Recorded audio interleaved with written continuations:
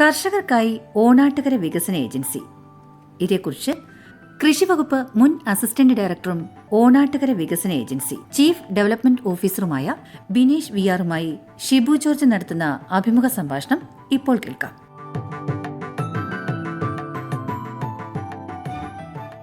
Binesh sir, പരിപാടിയിലേക്ക് സ്വാഗതം. നമസ്കാരം. ഓണാട്ടുകര വികസന ഏജൻസിയെ കുറിച്ചാണ് നമ്മൾ ഇന്ന് സംസാരിക്കുന്നത്. അപ്പോൾ ഇതിനെക്കുറിച്ചൊന്ന് പറയാമോ? എന്തുവാണിത്? ഓണാട്ടുകര വികസന ഏജൻസി എന്ന് പറയുന്നത് നമ്മുടെ കൃഷി വകുപ്പിൻ്റെ കീഴിൽ ഓണാട്ടുകര മേഖലയുടെ കാർഷികപരമായിട്ടുള്ള വികസനത്തിന് വേണ്ടി രൂപീകരിച്ച ഒരു ഏജൻസിയാണ്. 1997 ഫോം ചെയ്തതാണ്. ഇതിൻ്റെ ഘടനയെന്ന് പറയുന്നത് കൃഷി വകുപ്പ് മന്ത്രി ചെയർമാനും ഒരു പൊളിറ്റിക്കലി വരുന്ന ഒരാൾ വൈസ് ചെയർമാനും. ഓണാട്ടുകര മേഖല 3 ജില്ല ഉൾപ്പെടുന്ന ഒരിതാണ്. കൊല്ലം, ആലപ്പുഴ, പത്തനംതിട്ട.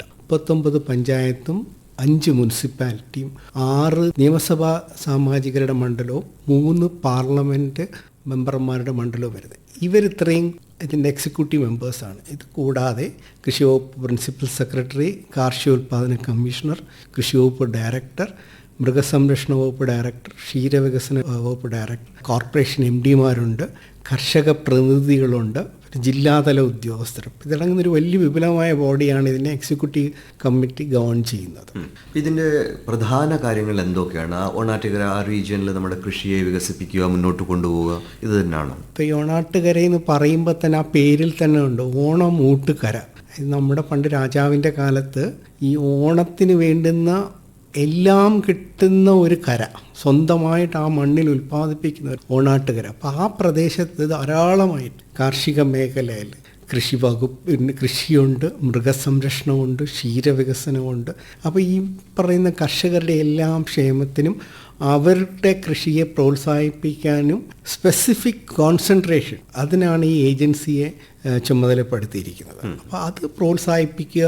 കൃഷി വകുപ്പിൻ്റെ ആലപ്പുഴ ജില്ലാ കൃഷി ഓഫീസറാണ് ഇതിൻ്റെ സെക്രട്ടറി, ചീഫ് ഡെവലപ്മെൻറ്റ് ഓഫീസർ, പിന്നെ ഓഫീസ് പാറ്റേൺ. ഈ ഒരു പാറ്റേൺ സ്ട്രക്ചറിലാണ് നമ്മൾ വർക്കിംഗ് ചെയ്യുന്നത്. പ്രധാനമായിട്ട് നിങ്ങൾ ഏത് മേഖലയാണ് ശ്രദ്ധിക്കുന്നത്? കൃഷിയിൽ പറയുമ്പം ഓണാട്ടുകര എന്ന് പറയുമ്പോൾ എള്ള് കൃഷിയാണ്, എല്ലാവരുടെയും ശ്രദ്ധ അങ്ങോട്ടാണ് ആദ്യം പോകുന്നത്. ഓണാട്ടുകരയ്ക്ക് എന്ന് പറഞ്ഞാൽ ഒരു വൈവിധ്യമായിട്ടുള്ളൊരു കൃഷി മേഖലയാണ്. നമുക്ക് 3 പൂ കൃഷിയുണ്ട്. അതായത് വിരിപ്പ്, മുണ്ടകൻ, പുഞ്ച, നെൽകൃഷിയെ സംബന്ധിച്ച്. പിന്നെ ഓണാട്ടുകരയുടെ തനതായിട്ടുള്ള ഇടവേളകൾ, അതിനകത്ത് ചേന, ചേമ്പ്, കാച്ചിൽ, അതിൻ്റെ ഒരു പ്രത്യേകത. പിന്നെ പഴവർഗ്ഗങ്ങളിൽ നമ്മുടെ വാഴപ്പഴങ്ങളും നമ്മൾ പറയുന്ന പോലെ കദളി വരും. ഞങ്ങളുടെ അവിടെ ആ പ്രദേശത്ത് വരുമ്പോൾ ഞാലിപ്പൂവൻ, ഇതിനെയൊക്കെ ഒരു പ്രത്യേകമായിട്ട് വളരാനും ആ മണ്ണിനൊരു ഇതുണ്ട്. ആ കൃഷി നല്ല രീതിയിൽ ഉൽപ്പാദനവും ഉൽപ്പന്നങ്ങളും ഉണ്ടാക്കാറുണ്ട്. അപ്പം അതിനെ കോൺസെൻട്രേറ്റ് ചെയ്യുകയാണെന്നുള്ളത്. പിന്നെ നമ്മുടെ ഇതെന്ന് പറഞ്ഞാൽ ധാരാളം വാട്ടർ ബോഡീസ് ഉള്ള സ്ഥലമാണ്. അപ്പോൾ ഇവിടെ ഈ പോത്തുകുട്ടി അതൊരുപാട് നല്ലൊരു വരുമാനം കർഷകർക്കുണ്ടാകും. അതിനെ പ്രോത്സാഹിപ്പിക്കും. ധാരാളം പശുക്കളുള്ള ഒരു മേഖലയാണ് ക്ഷീരവകുപ്പായിട്ട്. അപ്പോൾ ആ മേഖലയിലെ കർഷകരുടെ പ്രയാസങ്ങളും പ്രശ്നങ്ങളും പഠിച്ചിട്ട് അതിനെ പ്രോജക്റ്റുകൾ തയ്യാറാക്കി അത് കോൺസെൻട്രേറ്റഡ് ഏരിയയിൽ ഇംപ്ലിമെൻറ്റ് ചെയ്യുക. ആ ഒരു ഇതിലാണ് ഓണാട്ടുകര വികസന ഏജൻസി. ഇപ്പോൾ ആണെങ്കിൽ അറിയാൻ ധാരാളം തരിശു ഭൂമികൾ. ഇത് കൃഷിക്കാർ പല കാരണങ്ങൾ കൊണ്ടാൽ തരിശിടുന്നതാണ്. ആ തരിശിടുന്ന കാരിടത്തെ പ്രദേശത്തെ കൃഷിക്കാരുടെ പ്രശ്നങ്ങൾ മനസ്സിലാക്കി അവർക്ക് അടിസ്ഥാനപരമായിട്ട് നമ്മൾ എന്ത് ചെയ്താൽ അത് കൃഷി തിരിച്ചു കൊണ്ടുവരും, അത് നമ്മളിപ്പോൾ കണ്ടെത്തിയിട്ട് പ്രോജക്റ്റ് വൈസായിട്ട് നമ്മൾ ഏർപ്പാട് ചെയ്യുന്നുണ്ട്. ഓണാട്ടുകരയുടെ ഒരു മെയിൻ സിഗ്നേച്ചർ ക്രോപ്പ് എന്ന് പറയുന്നത് എള്ളാണ്. അത് ഓണാട്ടുകരയുടെ ചില കർഷകരൊക്കെ പറയുന്നത് ഞങ്ങളുടെ അഹങ്കാരം. അതൊരു വലിയ ക്രോപ്പാണ്. അതിന് ആണ് ഇപ്പം ഭാരത സർക്കാരിൻ്റെ ഒരു അംഗീകാരം ലഭിച്ചിരിക്കുന്നത്, ഭൗമസൂചിക പദവി. അപ്പോൾ അത് കിട്ടുക എന്ന് പറഞ്ഞു കഴിഞ്ഞാൽ നമ്മൾ ഒരുപാട് സ്റ്റേറ്റുമായിട്ടാണ് കോമ്പീറ്റ് ചെയ്തത്. In comparison to Tamil Nadu, Andhra, Karnataka, Gujarat, Madhya Pradesh, Rajasthan, ഇവരൊക്കെ എള്ള് കൃഷിയിൽ കിലോമീറ്റേഴ്സുകൾ കൃഷി ചെയ്യുന്നിടത്താണ്. പക്ഷെ അവരെല്ലാം പിന്തള്ളിക്കൊണ്ടാണ് ഈ ഓണാട്ടുകരയ്ക്ക് ഈ ഒരു അംഗീകാരം, ഭൗമസൂചിക പദവി. അതാണ് ഇപ്പം നമ്മളുടെ ഒരു ഏരിയ ഓഫ് മെയിൻ കോൺസെൻട്രേഷൻ. ഇങ്ങനെ ഒരു ഭൗമസൂചിക പദവി അല്ലെങ്കിൽ ജിയോ ടാഗിങ് കിട്ടിക്കഴിഞ്ഞാൽ അത് നമുക്ക് കർഷകർക്ക് എത്ര അധികം ലാഭപ്രദമാണ്? ഇതിനകത്ത് നമുക്ക് ഇത് കിട്ടിക്കഴിഞ്ഞു കഴിഞ്ഞാൽ നമ്മളിപ്പോൾ ഇൻ്റർനാഷണലി നമ്മൾ റെക്കഗ്നൈസ്ഡ് ആവുകയാണ്. ഈ GIയിൽ നിന്ന് നമുക്ക് അതിൻ്റെ അടുത്ത സ്റ്റെപ്പായിട്ട് വാല്യൂ അഡീഷനിലേക്ക് പോകും. ഈ വാല്യൂ അഡീഷൻ ചെയ്ത് കഴിഞ്ഞാൽ നമുക്ക് ഇൻ്റർനാഷണൽ മാർക്കറ്റിൽ ഇൻട്രൊഡ്യൂസ് ചെയ്യണമെങ്കിൽ നമ്മുടെ ഗവൺമെൻറ് ഓഫ് ഇന്ത്യ നമുക്ക് തന്നിരിക്കുന്ന GI ലോഗമുണ്ട്. അത് GI ക്രോപ്പാണ്.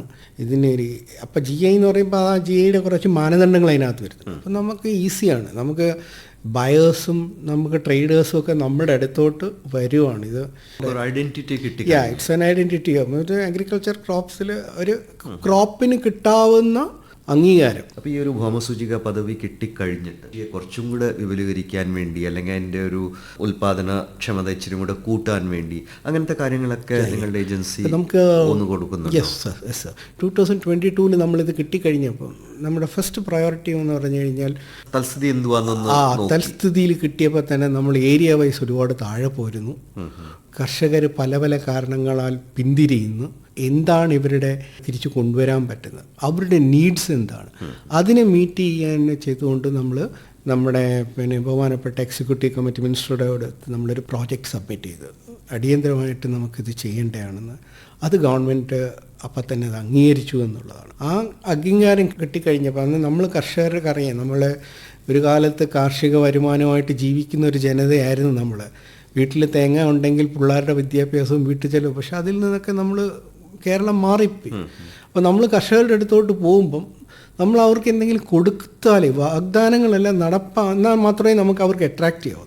അങ്ങനെ നമ്മൾ കൊടുത്ത പ്രോജക്റ്റിലായിരുന്നു ഫസ്റ്റ് ഐഡൻറ്റിഫൈ ചെയ്തത് ഏരിയ എക്സ്പാൻഷൻ, പുതിയതായിട്ട് ഏരിയ കൊണ്ടുവരിക, അതിന് സപ്പോർട്ട് കൊടുക്കുക. അപ്പോൾ അതിൽ നമ്മൾ കൊടുത്ത പ്രോജക്റ്റ് പ്രകാരം കൃഷിക്കാർക്ക് ആദ്യം ഭൗമസൂചിക കിട്ടിയ വിത്തെന്ന് പറഞ്ഞാൽ 5 ഇനത്തിനാണ് കിട്ടിയത്. അത് കാർഷിക സർവകലാശാല നമ്മുടെ പരമ്പരാഗത എള്ളിൽ നിന്ന് വികസിച്ചെടുത്തൊരിനം. പരമ്പരാഗത ഇനം എന്ന് പറഞ്ഞാൽ അയാളി എന്ന് പറഞ്ഞൊരു എള്ളായിരുന്നു. വർഷങ്ങൾക്ക് മുമ്പ് മുതൽ കൃഷി ചെയ്ത് വന്നവർ അതിൽ നിന്ന് ഡെവലപ്പ് ചെയ്തെടുത്ത 4 വെറൈറ്റി ഉണ്ടായിരുന്നു.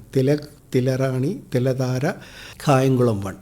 ഈ വെറൈറ്റിയുടെ വിത്തുകൾ നമ്മൾ സർവകലാശാലയായിട്ട് ചേർന്നിട്ട് അത് നമ്മൾ ശേഖരിച്ചു. ഫസ്റ്റ് ഇയറിൽ നമ്മൾ കുറച്ച് കർഷകരെ, ഈ 39 പഞ്ചായത്തിലെ 5 മുനിസിപ്പാലിറ്റിയിലുള്ള പോസിബിൾ കർഷകർക്ക് ഈ വിത്ത് കൊടുത്തിട്ടു അവരെ കൊണ്ട് കൃഷി ചെയ്യിച്ചു.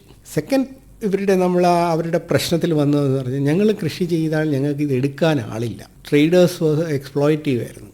കുറഞ്ഞ വില കൊടുത്ത് കൃഷി ചെലവ് പോലും കിട്ടാൻ സബ്സിഡി ഇല്ലായിരുന്നു.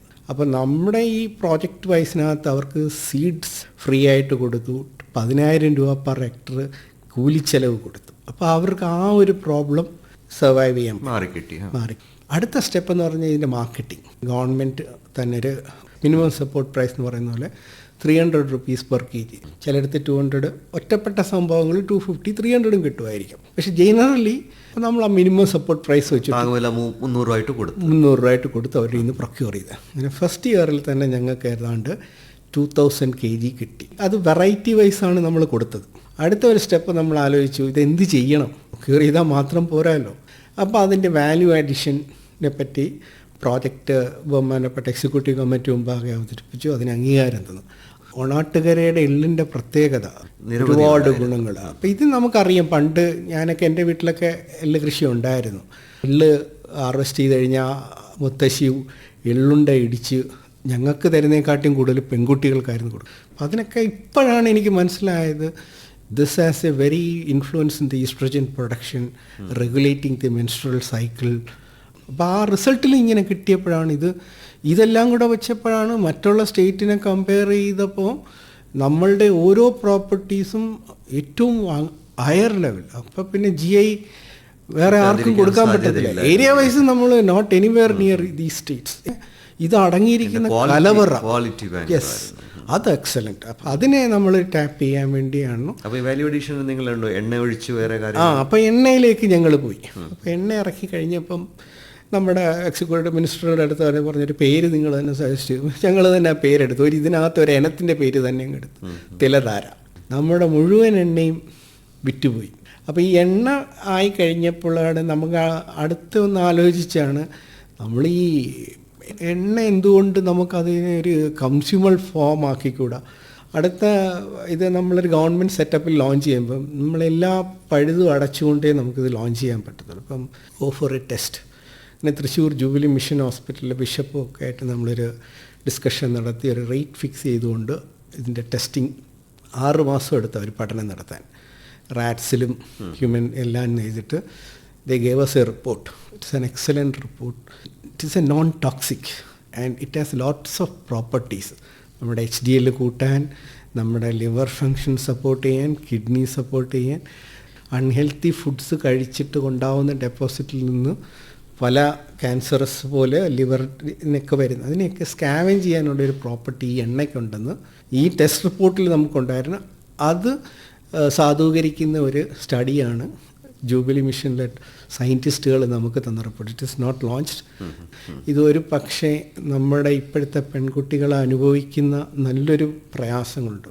കൊച്ചു പെൺകുട്ടികളൊക്കെ ഈ ഇറഗുലർ മെൻസ്ട്രൽ സൈക്കിൾസിനൊക്കെ അതിനൊക്കെ ഒരു പരിഹാരം ഈ പറഞ്ഞ പോലെ മിഡിൽ ഏജ്ഡുകാർക്ക് ഏറ്റവും കൂടുതൽ നമ്മൾ മുട്ടുവേദന, നടുവേദന, ഇതൊക്കെ ഒരു പരിധി വരെ prevention is better than cure. അതാണല്ലോ നമ്മുടെ ഇനിയുള്ള. അപ്പം അതിനൊക്കെ ഇതൊരു വലിയ അനുഗ്രഹമായി മാറുമെന്നാണ് നമ്മുടെ കയ്യിരിക്കുന്ന റിപ്പോർട്ട്. ഏതാണ്ട് 8000 കിലോ എള്ള് നമ്മുടെ കർഷകർ തന്നു. 1400 കർഷകർ കൃഷി ചെയ്ത്.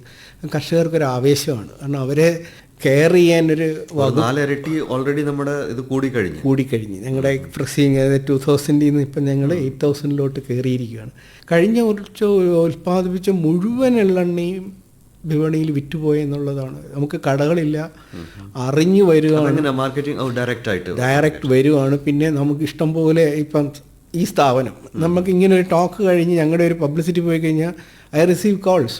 ഈവൻ ഇൻ്റർനാഷണലി വരുന്ന കിട്ടുന്നുണ്ട്. ഉച്ചിട്ട് ഞങ്ങൾക്ക് എള്ളെണ്ണ എൻ്റെ വീട്ടിൽ തരുമോ, ഞാൻ കൊറിയർ ചെയ്യാം. അപ്പം നമ്മൾ അങ്ങനെ കൊടുക്കുന്നുണ്ട്. പിന്നെ കൃഷി വകുപ്പിൻ്റേതായ ചില ഷോപ്സ് ഉണ്ട്, അവിടെ ഇത് അവൈലബിൾ ആണ്, ഇക്കോ ഷോപ്സിന്. കഴിഞ്ഞ ഓണത്തിന് കേരളത്തിലെ 14 ജില്ലകളിലും ഈ പ്രോഡക്റ്റ് പോയി അറിയാൻ തുടങ്ങി ആൾക്കാർ. ഓണാട്ടുകര എള്ളെണ്ണ വളരെ പ്രസിദ്ധമാണ്. അപ്പോൾ ഇതിനു വേണ്ടി കർഷകർക്ക് ട്രെയിനിങ് പരിപാടികൾ നല്ലപോലെ ഈ ഉൽപാദനം കൂട്ടാൻ വേണ്ടി അങ്ങനത്തെയൊക്കെ അതായിരുന്നു ഞങ്ങളുടെ ഒരു ദൗത്യമായിരുന്നു. നമ്മൾ എല്ലാ പഞ്ചായത്തിലും കൃഷി ഓഫീസർമാരുടെ സഹായത്തോടു കൂടി കർഷക ഗ്രൂപ്പുകൾ ഉണ്ടാക്കി അവർക്ക് field level awareness programme, trainings ഇതെല്ലാം നമ്മൾ നിരന്തരം നടത്തിയിട്ടുണ്ടായിരുന്നു. യൂണിവേഴ്സിറ്റിയുടെ എക്സ്പേർട്ട്, അതായത് നമ്മുടെ കായംകുളം കേന്ദ്രീകരിച്ച് പ്രവർത്തിക്കുന്ന ഓണാട്ടുകര റൈസ് റിസർച്ച് സെൻറ്ററിലെ എല്ലാ സയൻറ്റിസ്റ്റും പേരെടുത്ത് പറയുമല്ലോ, അവരുടെ എല്ലാം ഒരു ആത്മാർത്ഥമായിട്ടുള്ള ഇതുണ്ടായിരുന്നു. അവരെല്ലാം കൂടി വന്ന് നമ്മളൊരു ടീം വർക്ക് ആയിരുന്നു. കൃഷിക്കാരുടെ ഒരു ആവേശം കൂടിയത്. ഏരിയ എക്സ്പാൻഷന് ഇനിയും സ്കോപ്പ് ഉണ്ട്. ഇപ്പം നമ്മൾ അതുകൊണ്ടാണ് ഇപ്പം നമ്മുടെ കേന്ദ്ര ഗവൺമെൻറ്റിൻ്റെ നാഷണൽ മിഷൻ ഓൺ ഓയിൽ സീഡ്സിൽ കേരളം ഔട്ടായിരുന്നു. ഒന്ന് ആലോചിച്ച് നോക്കണം, GI കിട്ടിയ ഒരു കേരളം ഓയിൽ സീഡ് മിഷനിൽ നിന്ന് പുറത്തുപോയി. പക്ഷേ വി ഫോട്ട് ബാക്ക്. നമ്മൾ പ്രോജക്റ്റുകൾ കൊടുത്തു, അത് വീണ്ടും ആ പദ്ധതി കൂടി നമ്മൾ ഉൾപ്പെടുത്തിയിരിക്കുന്നു. അപ്പോൾ അതൊരു വിപുലമായ രീതിയിലേക്കായിരിക്കും നമ്മൾ പോകുന്നത്. പിന്നെ ഇനിയും വാല്യൂ അഡീഷൻ സ്കോപ്പ് ഉണ്ട്. അത് നമ്മൾ ട്രയൽ നടത്തിയായിരുന്നു. ഉദാഹരണത്തിന് ഈ എല്ലാം ആട്ടി കഴിയുമ്പോൾ നമ്മൾ പറയും പിണ്ണാക്ക്. ഇപ്പോൾ പിണ്ണാക്കെന്ന് കേൾക്കുമ്പോഴേ നമ്മൾ വിചാരിക്കും ഇത് പശു അതിനുണ്ട്. പക്ഷേ അത് പശു അല്ല, അതിൻ്റെ വാല്യൂ നമ്മൾ നോക്കി. ഇതിനെ ഒന്ന് വാല്യൂ ആഡ് ചെയ്യാൻ വേണ്ടി നമുക്കറിയാം കേരളത്തിൻ്റെ ദേശീയ ഫ്രൂട്ട് എന്ന് പറയുന്നത് ചക്കയെന്ന് പറയുന്നത് ഒരു ഔഷധ കലവറമാണ്. അതിൻ്റെ പൊടിയും ഈ എള്ളിൽ നിന്ന് കിട്ടുന്ന ഈ പറഞ്ഞ ഓയിൽ കേക്ക് പിണ്ണാക്കും നാടൻ നെയ്യും പഞ്ചസാര എല്ലാം കൂടി ഇട്ടൊരു ബിസ്ക്കറ്റ് ഇറക്കി. അതിൻ്റെ ടേസ്റ്റ് എക്സലൻറ്റ്. തോന്നി CFRDന്ന് ലാബ് റിപ്പോർട്ടും കിട്ടും. നമ്മൾ മാർക്കറ്റിൽ ഇറങ്ങിയിരിക്കുന്ന മറ്റ് ബിസ്ക്കറ്റിനെക്കാട്ടിയും ഒരുപാട് ഹയർ ന്യൂട്രീഷ്യസ് ആണ്. അപ്പം it is A pilot project, നമ്മുടെ ഒരു ഐഡിയ ആണ്. ബട്ട് സബ്സിക്വൻ്റ്ലി അടുത്ത ഒരു സ്റ്റെപ്പ് അതിലോട്ട് നമുക്ക് കിടക്കാവുന്നുണ്ട്. ബാക്ക് ടു ബാക്ക് വരുന്നുണ്ട്. ഓണാട്ടുകര എള്ളിൻ്റെ അലുവ, ക്യാൻഡി, ഇങ്ങനെയൊക്കെ പല എള്ളുണ്ട് ഓൾറെഡി. നിരവധി ഇങ്ങനത്തെ വാല്യൂ-ആഡഡ് പ്രൊഡക്ട്സ് പുറത്തോട്ട് വരാനുള്ള സാധ്യതകളുണ്ട്. പിന്നെ ഇപ്പം നമുക്ക് മിഡിൽ ഈസ്റ്റിൽ നിന്ന് നല്ല എൻക്വയറി കിട്ടിയിട്ടുണ്ട്. പക്ഷേ ഇപ്പോൾ ഈ USA ആൾക്കാർ ഇവിടുന്ന് വാങ്ങിച്ചുകൊണ്ട് പോയിട്ടുണ്ട്. പോർച്ചുഗലിൽ നിന്ന് വന്ന ആൾക്കാർ വാങ്ങിച്ചുകൊണ്ട് പോയിട്ടുണ്ട്. അപ്പോൾ അങ്ങനെയൊക്കെ നമ്മുടെ എണ്ണ അതിന് കടൽ കടന്നും പോയിട്ടുണ്ട്. ഇനി അതിൻ്റെയൊക്കെ റിസൾട്ടുകൾ ഉണ്ടാവണം. ദിനേഷ് സർ, താങ്കൾ പരിപാടിയിലേക്ക് വന്ന് ഇത്രയും കാര്യങ്ങൾ നമ്മൾ സംസാരിച്ച് ഓണാട്ടുകര വികസന ഏജൻസി ചെയ്യുന്ന കാര്യങ്ങളെക്കുറിച്ച് താങ്കൾ നമ്മുടെ ശ്രോതാക്കൾക്ക് പറഞ്ഞു കൊടുത്ത് വളരെ നന്ദി. വളരെ നന്ദി.